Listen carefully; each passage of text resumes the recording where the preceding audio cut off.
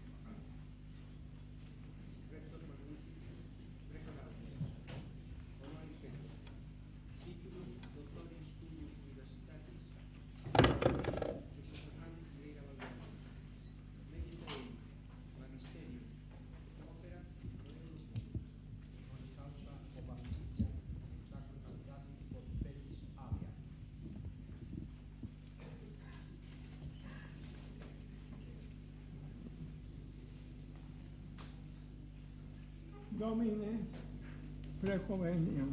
Doveniam.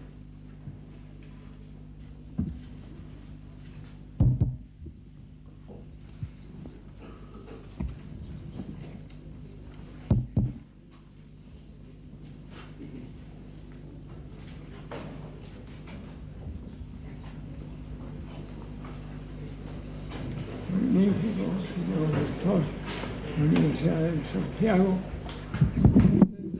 señor presidente de Galicia, magnífico,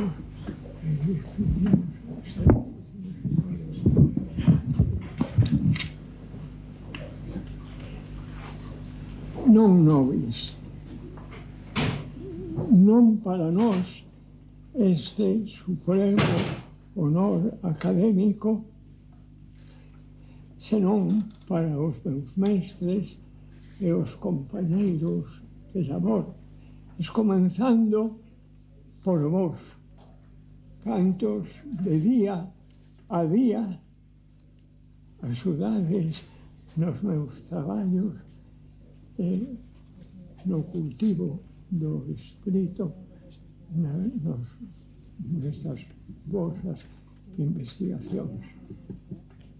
Doble gratitude a miña polo que debo aos vosos traballos e polo que fixestes porque tiveches tempo para reparar nos meus na proposta Gracias, magnífico señor rector, organismos universitarios, facultades de Xeografía e Historia, en especial o meu padriño, o Departamento de Arte, e o doutor López Vázquez, que tan cordialmente me apadrinou. Das miñas verbas encararei persoas e feitos decisivos na miña formación. Ao longo destes 50 anos, a nosa alma mater ten premiado a fillos predilectos inscribindo os seus nomes nos muros dos colexios, dedicándolles vítores, retratos e esculturas. Neste mesmo Paraninfo constan moitas conmemoracións, pero convén lembrar que atrás de cada un deles están ocultos os daqueles que foron os seus vieiros. Son eles, somos todos nós e os nosos mestres. Tería así que comenzar lembrando as escolas primarias, os excelentes mestres do Instituto Pontevedrés. Ali, aos 14 anos, fun discípulo de dous dos persoeiros da xeración nos, Losada Diegues e Castelao. Por eles coñecín o Teo Pedrario, a Risco, a Cubillas. Cando cheguei a Compostela, viña xa disposto para traballar por Galicia e avezado na investigación na casa de Losada Diegues, na xuntanza que foi precedente inmediato do Seminario de Estudos Galegos e onde se iniciaron tamén Sebastián González e Antón Fraguas.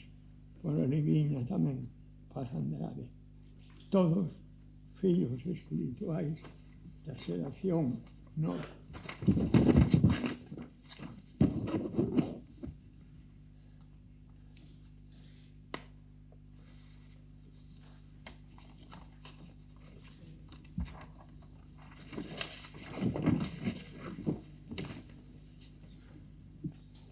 Esta verba nos ten unha reiterada presencia no campo léxico dos mestres daquela xeración, tanto para personificar a grei da metrópoli e a grei da diáspora na súa unidade, ou para significar a golda mesma dos intelectuais posuidora e defensora dos valores da cultura galega.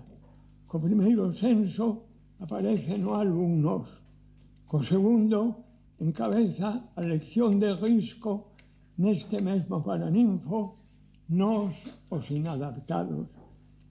Sempre contén o anceio dun labor feito con todos e para todos, nosísticamente. Creo que nunca mellor empregado o neoloxismo. Pero non deixarei de lembrar, a par del, outros, aqueles que chamaban Pedret Casado os nosos mestres gratuitos.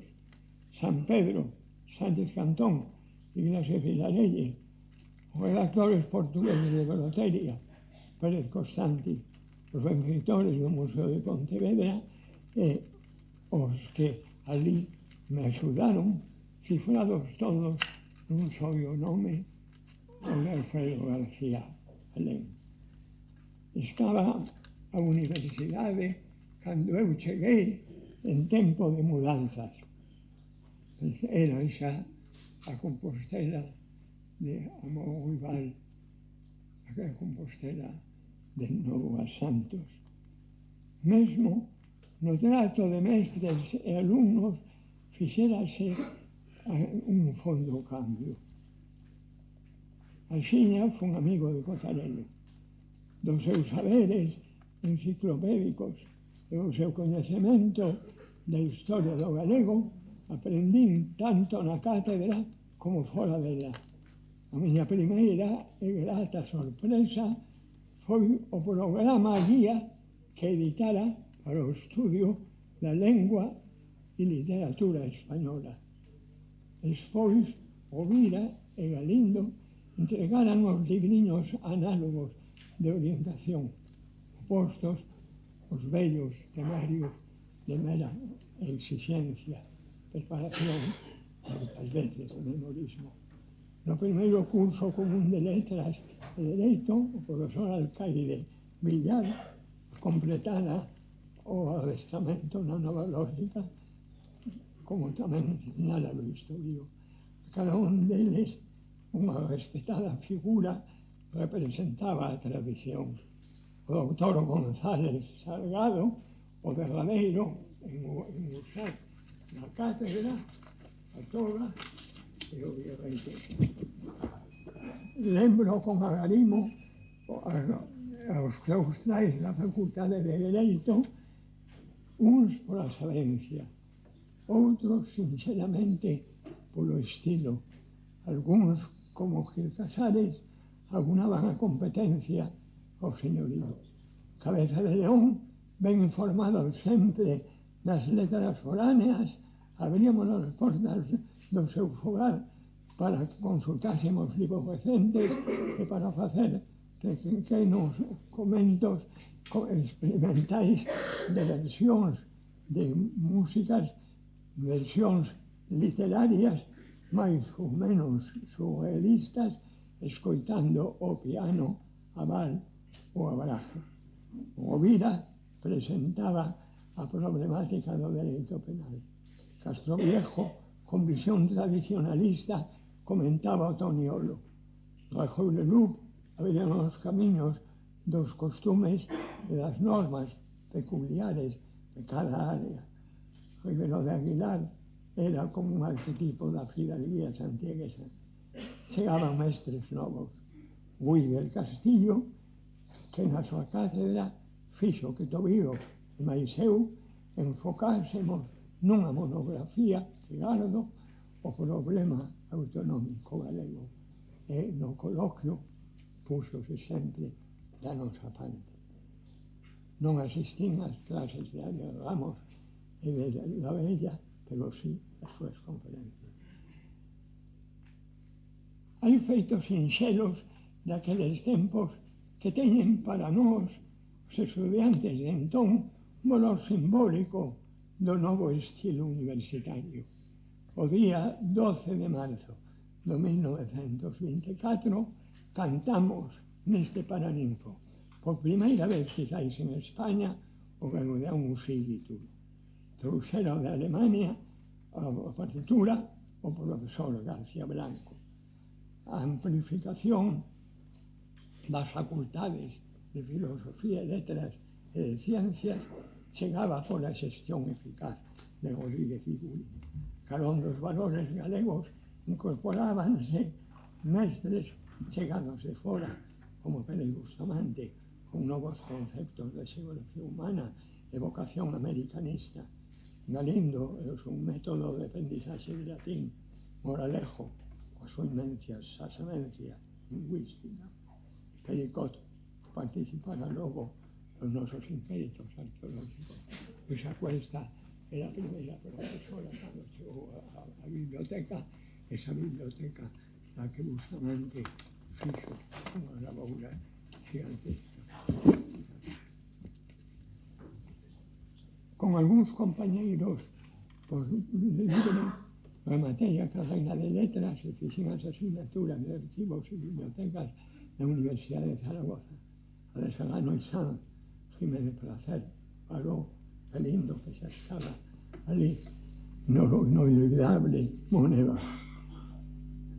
Como chamada Universidade Central, mantiño o monopolio do grado de doctor, recibín o primeiro título de Lingua e Literatura Galega con tese dirixida por Cotarelo, pero a Universidade de Santiago, na que eu dera o primeiro curso de 15 leccións de literatura galega, fíxome o galano dunha fermosísima edición da tese saída en 1936. Na universidade, Axuntamento de Mestres e de Escolares, na definición Alfonsí, ten valor señeiro a formación lateral. Se os profesores son lembrados con filial gratitude, os compañeiros con agarimosa irmandade. E non só os do mesmo curso, senón os máis adiantados que serven de conductores e guías. Lembremos la promoción de Bouza Brey, que nos precedía, de Cerdeiriña, de la Fuente Bermúdez, de Barcia Goyanes. Con eles, a nosa de Tobío, Magariños, Corda Carús, Vidán, Martínez López, Requejo, lanzouse á creación o día 12 de outubro de 1923 o Seminario de Estudos Galegos, que anovou as investigacións con criterio interdisciplinar e universalista baixo a orientación dos homes egrexos da xeración nos. Naceu o seminario na universidade, con persoeiros universitarios e centros de traballo nas facultades, por exemplo, nas de ciencias. Foi un esforzo inovador no que sorprende a acollida que as ousadas iniciativas dunha golda de mozos, algúns deles non cumplíramos os 17 anos, acollíanse en aquela Compostela de entón. E non menos sorprende o xeito que diferencia as investigacións de entón coas de agora, cando a información bibliográfica era precaria, cando tiñamos que andar a procura de libros de porta en porta, de mestres e de amigos. Son feitos clave o seminario, pero tamén a súa difícil continuidade de estudios e formación no Padre Sarmiento e a súa reviviscencia actual na que tanta parte tivo Isaac Díaz Pardo. A fonda transformación da universidade, encomenzada nos anos antes, os anos de fin de século, con Brañas, despois con Porteiro, con Cabeza de León, non foron alleos os estudiantes.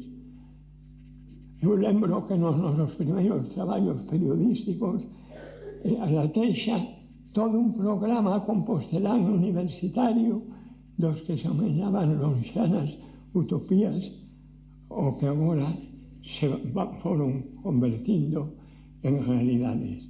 Facultades de letras e de ciencias, o campus, as residencias, o estadio, a Biblioteca América, a Biblioteca Lago, os novos laboratorios e programas de investigación.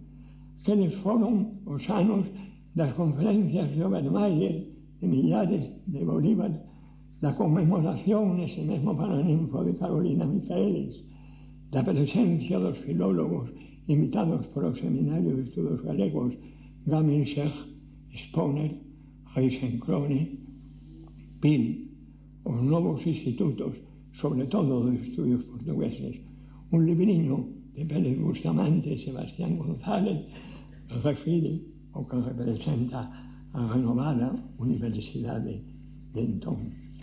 Cando Xoán Manuel Pintos, mestre clásico da nosa lingua entre os precursores, saiu da universidade, compuso un rechamo chamando o cultivo do galego. Quiso deixar en verso os que compoñían xa ese tesouro de persoas ben lembradas por el. Rimou máis de 600 apelidos a moi poucos deles poden despertar en nós agora ningunha evocación. Pero dos que acabaron a súa zona tampouco podemos ter unha imaxe como a que Xoán Manuel Pintos tiña. Fracasamos sempre que queremos transmitir as nosas vivencias do coñecemento persoal, das disposicións de cada un, o seu carácter, do seu programa vital. En realidade, poden valer para nós, pero esa imaxe con nós morrerá.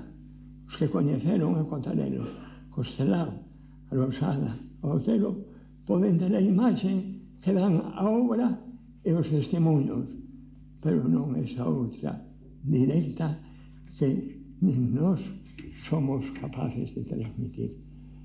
Esta compaña que vive no recordo remanece no meu ánimo hoxe máis que nunca neste intre en que alma mater acada o seu mellor brillo. É justamente ese fulgor o que a deslumbraría para non reparar nos meus desmerecementos. O xubileo universitario é tamén un tempo de grande perdonanza. Disculpade a este vello de perto de 90 anos que viviu 74 dos 500 da historia da universidade e que pensa con Camões que para tan longo amor é curta a vida. Nada máis.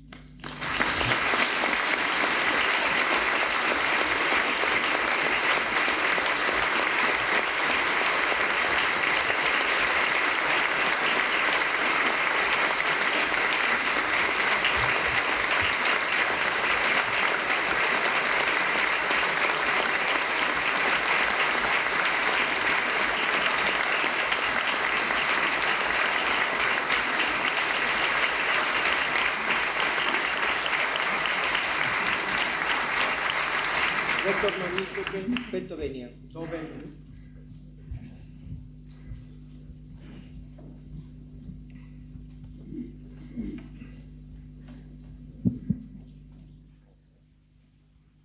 Excelentísimos señores, ilustrísimos señores, profesores, alumnos, señoras e señores.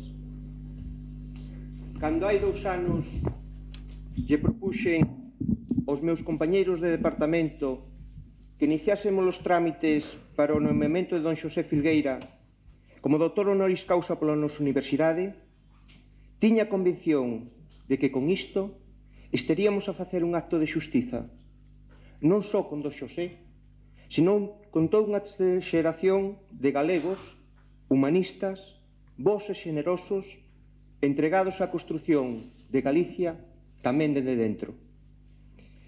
Neste senso, don Xosé é unha figura paradigmática, en tanto que estivo omnipresente en todos os acontecementos salientables da nosa historia e da nosa cultura durante grande parte do século. E permítame que nesta perspectiva vaya moito máis alá da escolma dun currículum ateigado de fitos e recurra ás miñas vivencias personais. As miñas primeiras referencias a don Xosé pérdense na nenez, cando, seguindo a tradición das familias compostelás, todos os domingos ía cos meus irmáns a xantar a casa da tía. Naquelas, para min, longas sobremesas, teño como lembranzas principais o perdiceiro orballo que escorría auga en pingas polos cristais da galería, difuminando a visión maxestuosa da berenguela, o son grave e un tanto choco, fendendo a brétema das badaladas do reloxo da catedral que rexía a nosa vida, e as partidas de parchís nas que cada un dos xogadores defendía as cores dunha facultade, o amarelo medicina, o vermello dereito, o azul filosofía e o verde a expurgada veterinaria. Unha ou 2 veces ao ano, a partida de parchís era sustituída pola liturxia máxica, polo que tiña de mistérica e catecumenal de ver o álbum de fotografías políticas do meu avó, Raimundo López Pol. O chegar a fotografía na que o avó lle comunicaba a Bos Aires o resultado da Asamblea de Concellos, por el convocada como alcalde de Santiago, e que foi o paso previo e imprescindible para a elaboración do Estatuto, a mí sempre me chamaba a atención a presencia dun mozo altísimo, con anteollos redondos, en último termo, e con infatigable teimosía infantil facía sempre a mesma pregunta: "E este quen é?" O que miña tía sempre respostaba sinxelamente: "Ese é Filgueira Valverde", como se todo o mundo tivera que coñecer a don Xosé. Durante a miña adolescencia, don Xosé seguiu de referencia obrigada na miña casa a través do museo e daquela idea que revolucionou o panorama artístico galego, que foi a convocatoria das Bienais de Pontevedra. E xa rematados os estudios na facultade, fun testemunha de outra cualidade de don Xosé, a súa xenerosidade cos investigadores noveis, non só abríndolle as portas do museo, senón tamén brindándolle campos e posibilidades de investigación inéditos e dándolle novidosas ideas na axuda das súas pescudas. Pero, ademais, ese concepto tan moderno da interdisciplinaridade é o cerne da concepción que don Xosé ten da ciencia. E froito dela é a súa concepción do Museo de Pontevedra, que el converteu, sen dúbida, no máis importante dos museos provinciais de España. O museo é un centro de investigación e a súa mira principal é recoller o maior número de obxectos de todo tipo posible. Non para tesouralos cobizosamente, como fan as pegas no seu niño, senón para poñelos ao dispor dos investigadores e da xente. Por outra banda, o museo ten que estar alicerzado no seu contexto, proxectándose a súa cidade, sendo un facho incombustible irradiador de cultura, con exposicións temporais, conferencias e, sobre todo, sementando nos rapaces máis novos as arelas de coñecemento, coa golosina de convertelos en guías e en bolseiros de institución. Unha institución que tiña un pasado que sempre foi valorado por don Xosé. Esta é outra cualidade de seu, como acabamos de oír na súa lección. O respeto e a admiración que don Xosé ten para os seus maestres, a conciencia sempre de estar completando o que aqueles encetaron e non puideron rematar. Neste senso, debo subliñar a fidelidade de don Xosé a don Casto San Pedro, e ao seu completar o labor só citarei un exemplo pola importancia e polo que atinxe a unha das áreas de coñecemento do noso departamento, e é a súa publicación do Cancioneiro Musical de Galicia, colección de la Sociedade Arqueológica, reunida por don Casto San Pedro y Folgar, reconstitución e notas bibliográficas. Pero don Xosé non tratou só de enraizarse no pasado, senón de proxectarse no presente e no futuro. De aí xorde outra cualidade súa, ter escollido, lémbrese o chorado Alfredo García Alén, xente de grande valía para traballar a seu carón nas empresas por el conducidas. Persoas estas nas que don Xosé deposita sempre toda a súa confianza e valeiro de ciúmes de honra deixas traballar desenvolvendo toda a súa liberdade. Outra faceta máis de don Xosé, da que podo dar testemunho directo, é a súa preocupación pola protección do noso patrimonio. Como é obvio, non podo remontarme ao seu labor nas comisións provinciais de Lugo e Pontevedra, pero sí o momento en que, nomeado conselleiro de Cultura, tivo non só que concretar unhas transferencias para aquel tempo modélicas, senón tamén renovar todas as comisións provinciais. Posteriormente, como presidente do Consello da Cultura, vino sempre encabezando e apoiando, en todo momento, os ditámenes da ponencia de patrimonio. E isto, ás veces, non os intres nada doados. Cando o Departamento de Historia da Arte acordou, por unanimidade, propoñelo o nomeamento de don Xosé como doutor honoris causa, facía, ademais de polo seu labor ao fronte do Museo de Pontevedra e pola súa defensa do patrimonio artístico galego, pola súa investigación e apertura de campos en diferentes eidos da historia da arte e da musicoloxía. Isto último lévanos a falar doutra faceta de don Xosé, a dunha bibliografía que conta con máis de 300 títulos sobre literatura medieval, historia, arte e música de Galicia. Tan grande achega, penso que non sería posible sen dúas premisas que son o segredo a voces de don Xosé. Unha, ter contado cunha dona maravillosa, a feiticeira dona María Teresa, e outra, ter afondado tanto na cantiga 103 que, como Sanero, en Armenteira, chegou a coñecer e a domiñar o segredo do tempo. Nesta vastísima bibliografía hai, como non, tamén espacio para os artigos de opinión, e gustaríame salientar, polo que lle toca a esta universidade, as campañas de prensa que dende o ideal gallego, alá polos anos 20, don Xosé emprendeu a prol da residencia, do estadio ou da Biblioteca América, ou que tamén foi don Xosé o profesor do primeiro curso de Lingua e Literatura Galega impartido na Universidade de Santiago, corrente o ano 1931. Pero desta produción, repito, que enorme, déxeme hoxe escoller un pequeniño adral, no que don Xosé desvela o sentido do lema do Capricho 33 de Goya, Halcón de Palatino. Estes, refire don Xosé, eran homes que, con poucos estudos e menos facenda, metían canto tiñan en mercar ou acadar o suposto prallo nobiliario que daba o poder nada menos que para certificar a sabiencia e dotar de título para o exercicio de calquera facultade a quen non tivera pasado por ningunha. Deste xeito, moitos barbeiros, sangradores e sacamoas eran graduados de Sócato polo poder dos famosos condes. Pois ben, ao contrario que os ditos condes, o claustro de autores da Universidade de Santiago queremos certificar os merecementos de don Xosé para o grado de autor e sentímonos moi honrados e gozosos de ter como un de nós un sabio da categoría humanística de don Xosé Fernando Filgueira Valverde, do que, sin dúbida, aprenderemos nós e os nosos alumnos aínda moitísimas cousas, pero sobre todo unha, o grandísimo amor a Galicia.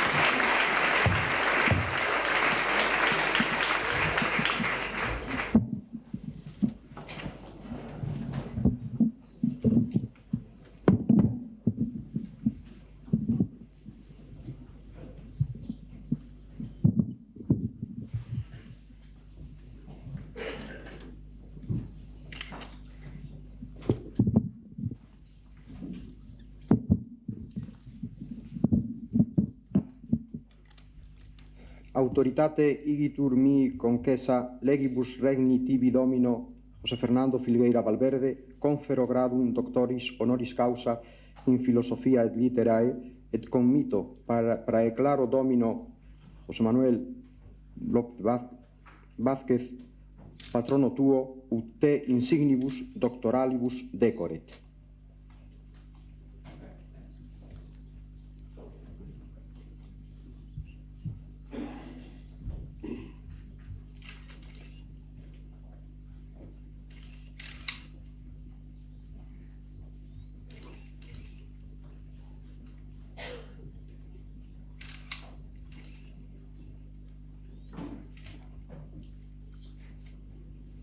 Capeian colatai tibi dignitates ornamenta, pertitila Instituto Maiores portendan intelecito.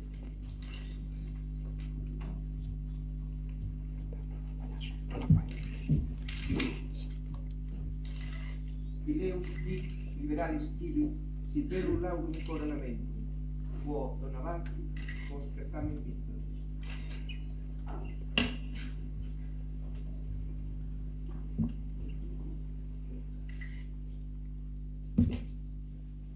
Ánimo que convetuca, nil esse literis e sapiencia restantis, nil doctrina nobilus, eius rei causa aurum annulum, quorum primoris in respublica ensignabantur, tibi referendum conquerimus. Librum, a facultatis nostrae studia pertinente, clausum e reseratus, concedimus, eunque, similisque, esedito scholae loco, explicandi, interpretandique, tibius esse spiritu. Sedeas in sapientia et cattedra.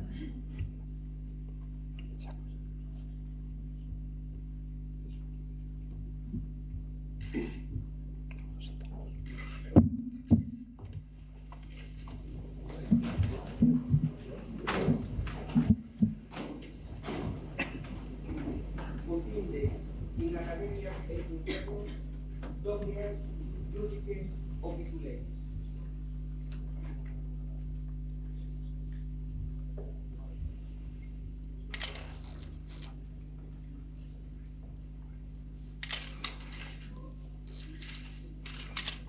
Quanto vero vero de adeptati de intacto, totus académicos poetos, nomine gratuletum, ignos perfidium, estetis amplius.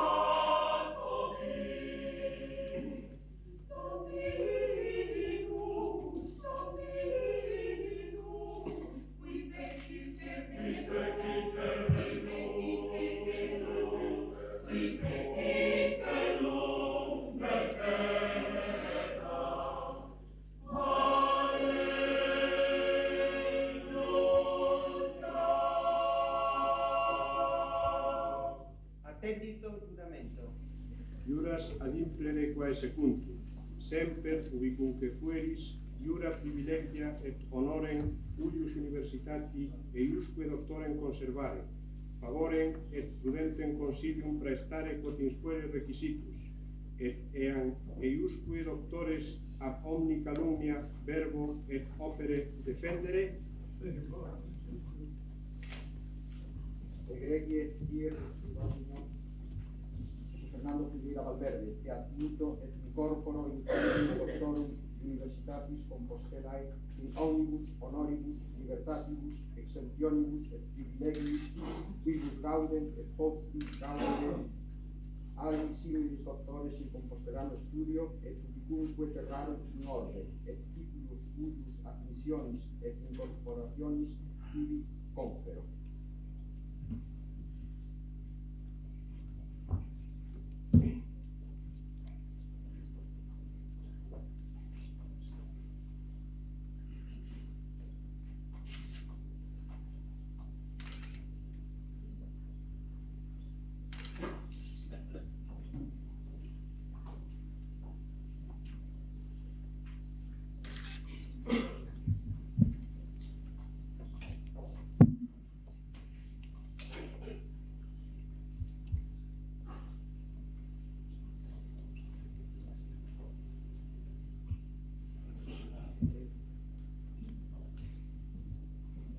Ego, tibi, omnibus, gracias, por supuesto, lubimas, finantísimas, muchísimas puertas.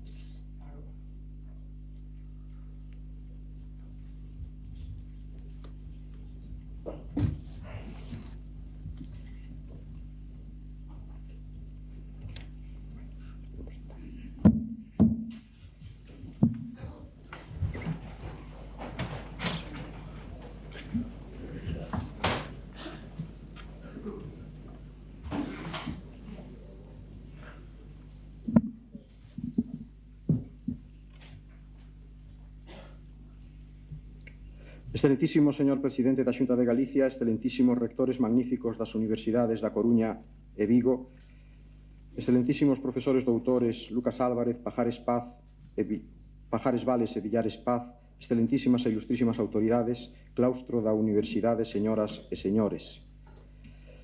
Profesor Filgueira Valverde, permítame que comece repetindo unhas palabras pronunciadas neste mesmo Paraninfo o 20 de decembro pasado, antes de darlle a benvida ao noso claustro de doutores honoris causa o profesor don Andrés Negro Villar.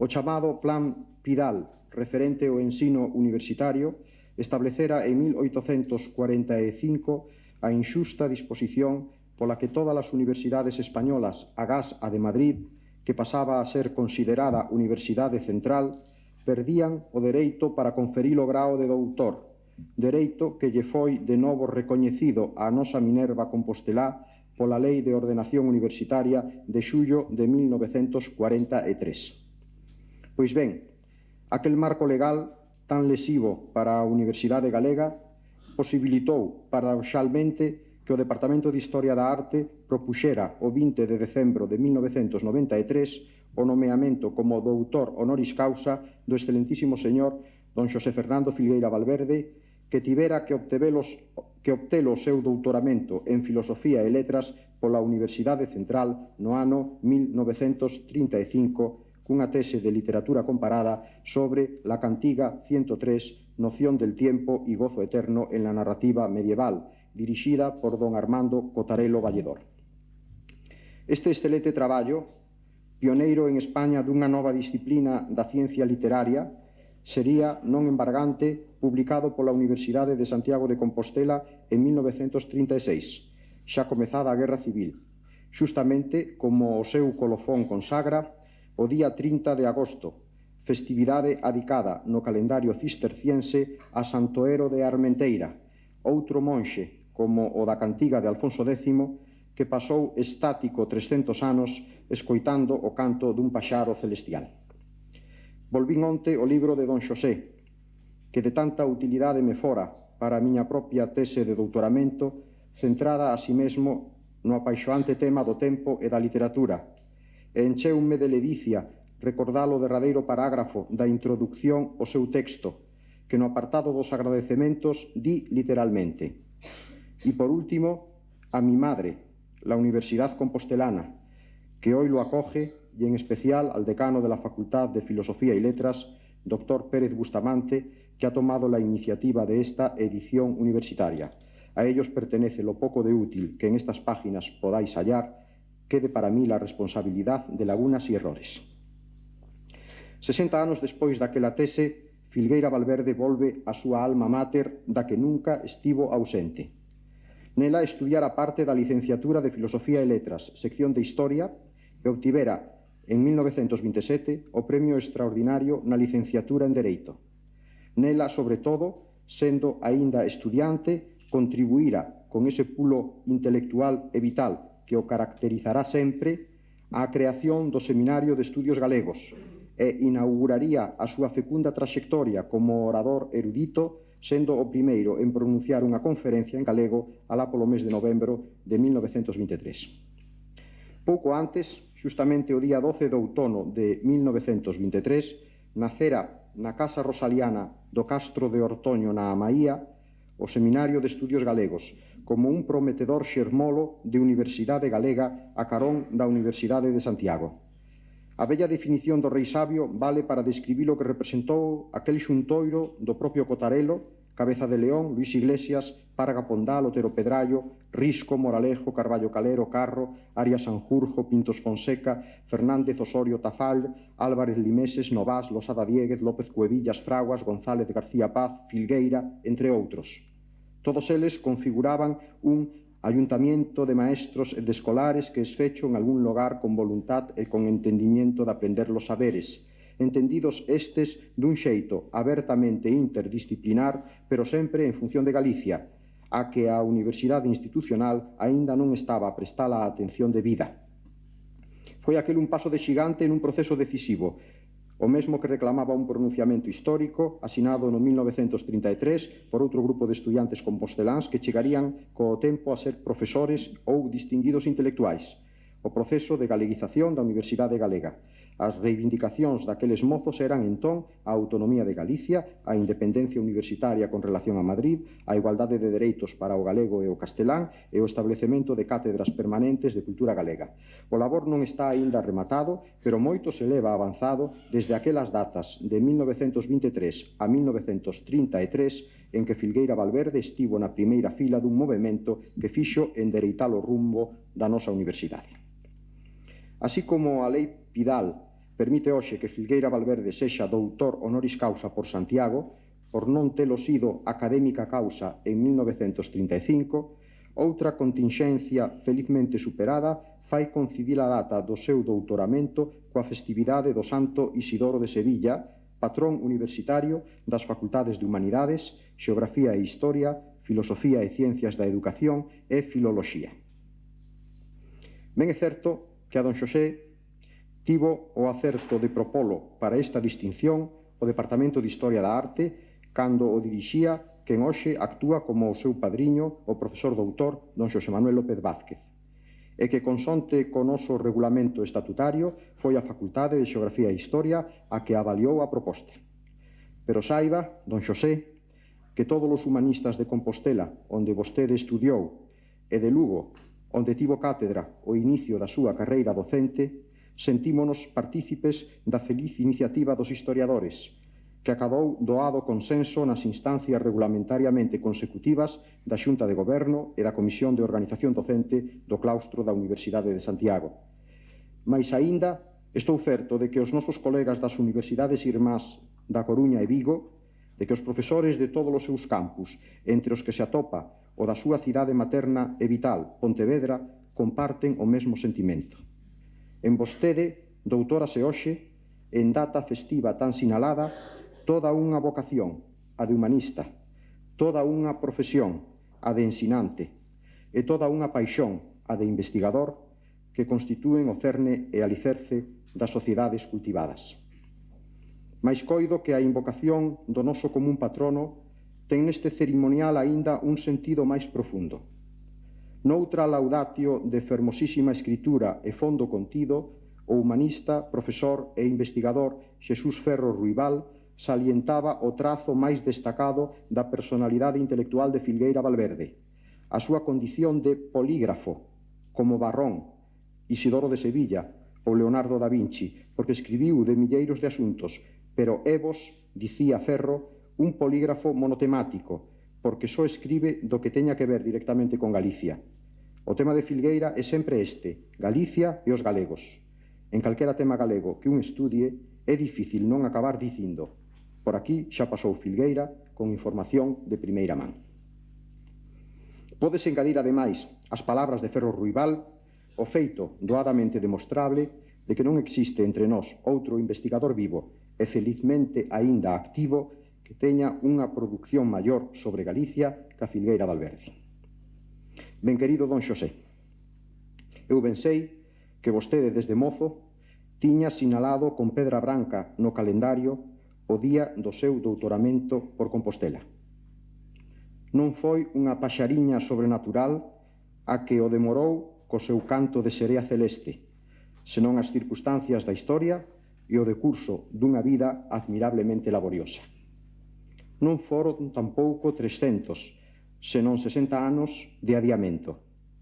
Mais como don Ero, o señor de Armenteira, cando acordou, vostede atopa hoxe abertas as portas da súa casa á universidade, que tamén estaba agardando que o anel do tempo se pechara e a armonía pitagórica se restablecese. Sexa benvido.